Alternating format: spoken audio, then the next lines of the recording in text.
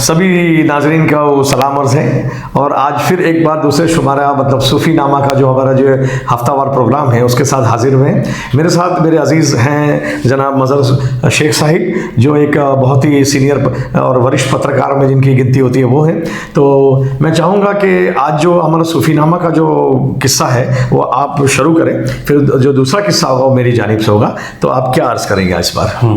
तो उस्मान भाई, आज का जो किस्सा है जी वो मैं हुज़ूर सरकार दो आलम सल्लल्लाहु अलैहि वसल्लम की खिदमत में जी जी एक सहाबा इकराम अर्ज़ किया जी कि या रसूलल्लाह, जी जी मैंने ख्वाब देखा जी जी कि ख्वाब में 5 कुएँ थे।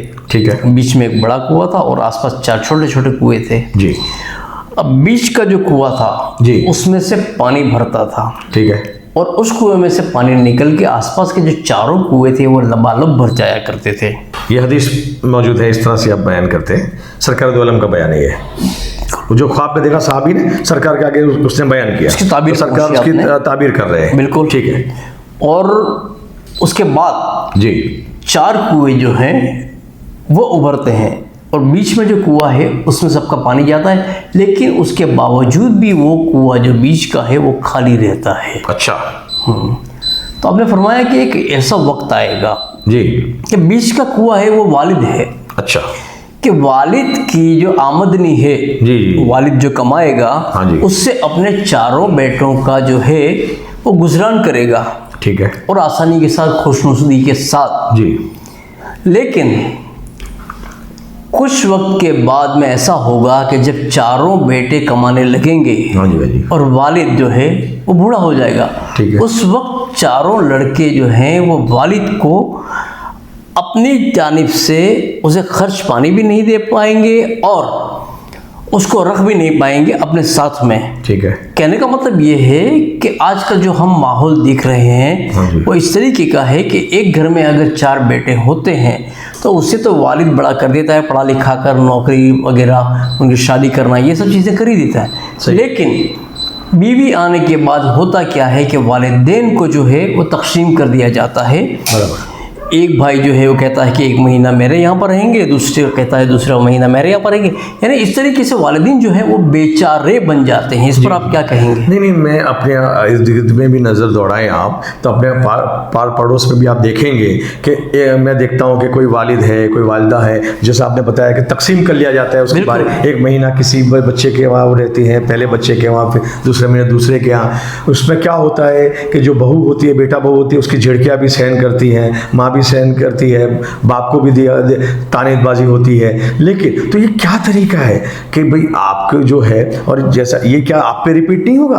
बिल्कुल, आपके भी बच्चे हैं, हाँ, वो भी तो देखते हैं ना ये। जी जी जी। तो कल आप पे भी यही चीज़ आजमान है। तो वो 2 ही समाज ऐसे हैं एक हमारे हिंदुस्तान में, एक तो मुस्लिम समाज और एक दूसरा एक समाज है कि जहाँ घर ढा घर का कंसेप्ट नहीं है। बिल्कुल। हाँ, लेकिन जो हम कर रहे हैं आजकल वो कोई घर ढा घर से कम भी नहीं है। बिल्कुल। चूँकि आप जिस तरह से तजलील कर रहे हैं उनकी कि एक दो जिस तरह से वालिदैन को बांट कर आप अलग अलग जगह पे रखवाते हो, और उसके साथ साथ उनकी जो उनको सहन करना पड़ता है और जो जिस तरह जो जलील होते हैं वो कतई काबिल कबूल नहीं है। इस मज़हब, शरीयत और समाज हर तरीके के हम गुनहगार हैं। तो लिल्लाह ऐसे कामों से बचें। और सरकार दो आलम ने जैसे कि फरमाया कि भाई सही तरीका तो ये है कि भाई वालिद को और वालिदैन को सही, बिल्कुल सही तरीके से उनको निभाना चाहिए, ऐसा हमारा मौक़िफ़ है। अच्छा, मैं आपको यहाँ पर एक बात की तवज्जो और दिला दूँ कि सुप्रीम कोर्ट ने कुछ देर पहले एक फ़ैसला दिया है, ठीक है, कि जो आपकी औलाद है, हाँ जी, उसकी जो कमाई है उसमें वालिदैन का हिस्सा है। ठीक है।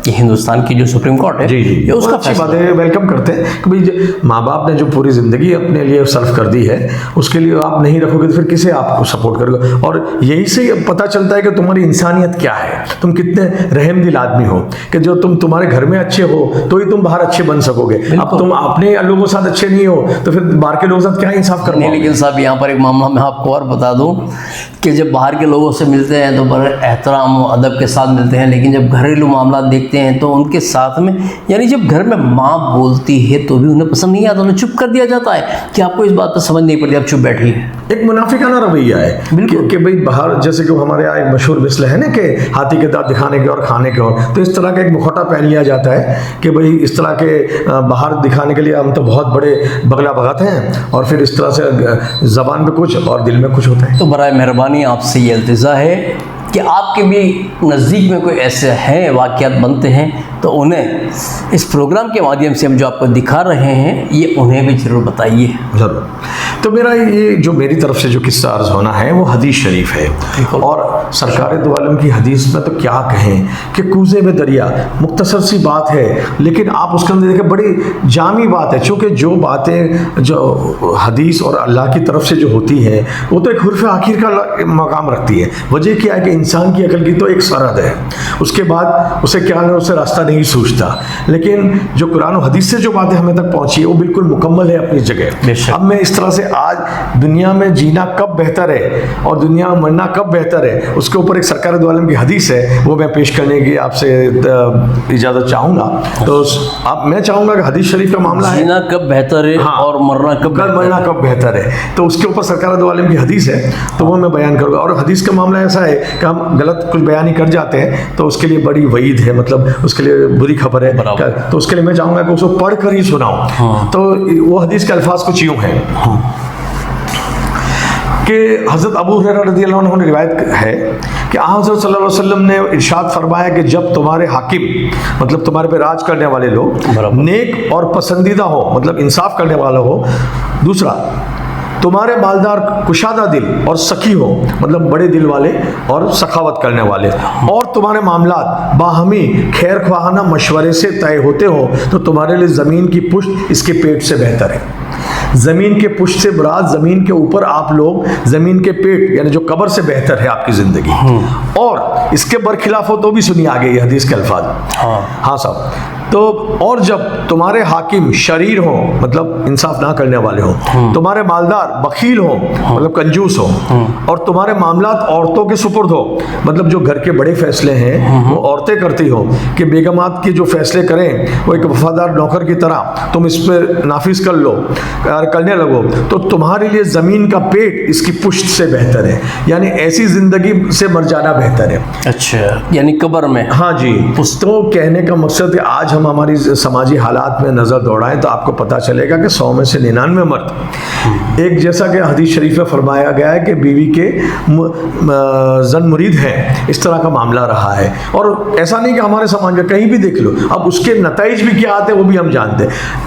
عورتوں کا معاملہ میں کیسا ہے, ایسا کوئی عورتوں کے مخالف نہیں ہے, لیکن جیسے کہ صلی اللہ علیہ وسلم نے یہ فرمایا ہے کہ آپ عورتوں سے مشورہ لے سکتے ہو جی, لیکن جو فیصلہ رکھنا ہے وہ ہمیں ہی کرنا. یعنی جو کنٹرول بٹن ہے وہ مرضی رکھے اپنے پاس, جو آخری فیصلہ ہے جیسے کہ تیل مسالے مرچ کا فیصلہ تو عورت ہی کرے گی, اس میں کوئی تمہارے وہاں پہ ذہن لگانے کی ضرورت نہیں ہے اور وہ زیادہ بہتر طور پہ کر پاتی. لیکن جو بڑے فیصلے جس سے گھر چلتے ہیں, جس سے بڑے بڑے امور طے ہوتے ہیں, تو اس کی چیزیں جو ہے وہ مرد کے پاس ہی فیصلہ ہونا چاہیے, تب جا کے وہ کامیابی کو حاصل کرتا ہے. اب آپ دیکھ لیجئے کہ یہ چھوٹی سی حدیث ہے لیکن کتنی بڑی بات کر دی کہ زمین کب بہتر ہے اور زمین کب بہتر نہیں ہے, اس پہ توجہ دلانی تھی. تو یہ میرا مقصد تھا. آج کا صوفی نامہ یہیں اختتام پہ لاتے ہیں. مدر صاحب آپ کی طرف سے شکر گزاری ہو جائے.